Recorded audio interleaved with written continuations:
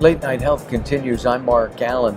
We're going to spend a couple more minutes with Andy Swick from LifeExtension. I asked him a question, and he said, you should have asked me that. So we're going to spend a few minutes doing that. And that is, we hear all about clinical studies, okay? Big Pharma does a clinical study, for example, and they do, 10,000 people, 20,000 people, and they say this stuff cures diabetes, heart disease, brain disease, if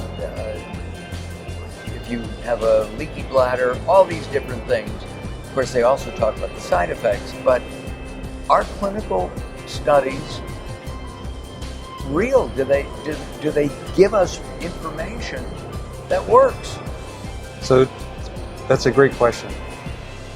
I worked in pharmaceutical research at a large pharma for 18 years.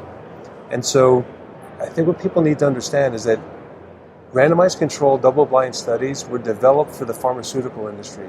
The reason is because there's a high risk ratio. We know that there's safety issues at some dose. And especially, people more diseased, they're taking other things. And so the benefit has to outweigh the risk. So that's why they develop those types of studies. And we also know that there's a large placebo effect for almost everything, especially in more endpoints such as depression and things like that. So what happens is that you're looking for a differential between the placebo and the drug. And regarding that placebo effect, my understanding is if patient A trusts and likes his or her doctor, the placebo effect goes up. It doesn't. You can be giving them sugar pills. Yeah, and actually they've done open label studies where they tell you you're going to get a sugar pill and people still get advantage. So it doesn't even have to be hidden. It's because they have that relationship with the doctor. Someone's caring about them. They're doing something active to help themselves. I think that's a big part of it. So when we look at our studies, we do randomized controlled double-blinded sometimes, but that's not reality of what happens in the real world. And even in the pharmaceutical world, you need that to get your foot in the door. And then what happens? People try it. Doctors try it. And they work or they don't work. And they figure out what patients they work in and what they don't work in. In our case, again, we do randomized controlled trials sometimes. Sometimes we do open label trials because my goal is to really understand, will this product help the typical customer? And if there's a placebo effect associated with it, sometimes it doesn't really matter, because at the end of the day, it's probably working in combination.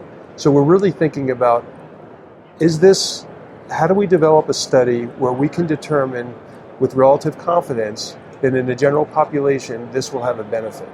And it ranges from open label studies to randomized controlled clinical trials.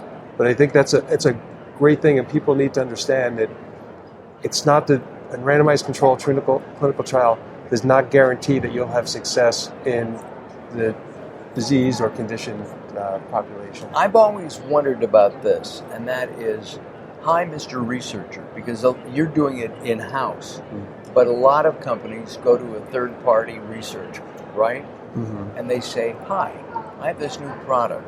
I want you to do a study on it. We're going to pay you a lot of money because these studies are expensive, all right? My pill controls diabetes. I would think right from the start that skewed the study. He's shaking his head.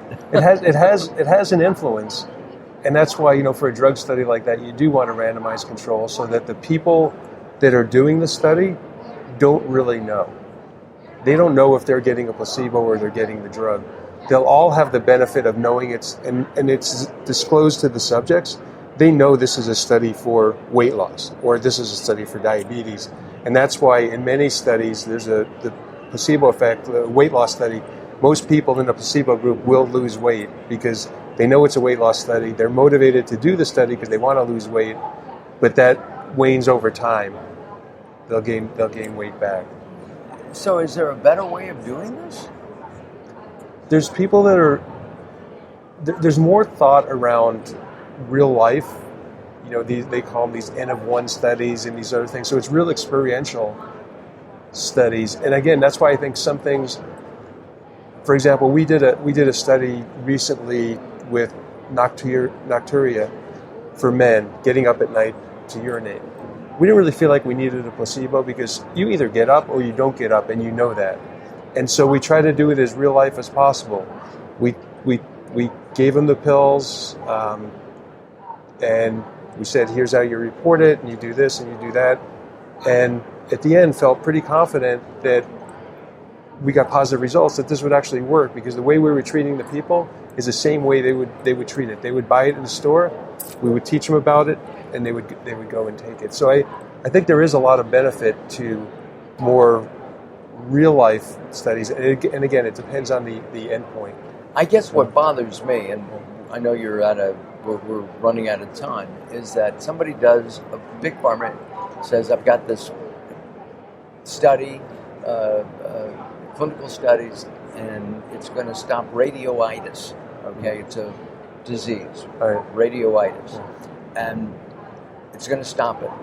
And they start selling it, and in 3 years they go, oops, it's killing people. Right? That's one. And then last but not least, I was looking at a big pharma ad because it's on everything, right? Yeah. And it said average price per month is $3,200, but you have a coupon, you can have it for $10. I don't understand things like that. I don't expect you to answer the last part. Yeah. Are you confused about that too?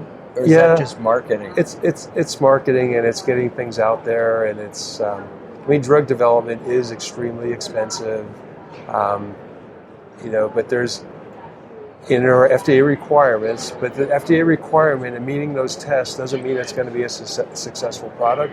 And sometimes, depending on the disease, you're not looking for, it's not like 10% of the placebo group improved and 90% of the other people. It's incremental. And so then you always, and the physician has to weigh, and the FDA does, I guess, to a certain point, is the risk-benefit ratio make sense for this particular indication. In the supplement world, the risk is, I don't want to say non-existent, but extremely small. So the equation is much different. Andy, thank you for joining us again and coming back. I made him sit down again. Andy Swick, the Chief Scientific Officer for LifeExtension, the science of a healthier life. And we'll be talking to him again. We've got Mike Smith. We have Mike Smith booked, I think, in the next couple of weeks on the keto diet, which we had mentioned earlier. You can join LifeExtension at lifeextension.com. All right, we're going to bring up our music again. And we're going to say goodbye for right now. We'll be back soon. I think we're going to be talking about, I think we have Dick Benson coming up. Dick Benson's coming up in a little bit. He'll be our next guest live from the Supply Side West in Las Vegas, Nevada. I'm Mark Alyn. Join us at latenighthealth.com. Also Facebook.com/LateNightHealthRadio, Twitter.com/LateNightHealth, and finally LinkedIn, LinkedIn.com/Mark Alyn, MarkAlyn. All right, we'll be back soon. Don't go away. More coming up live from Supply Side West.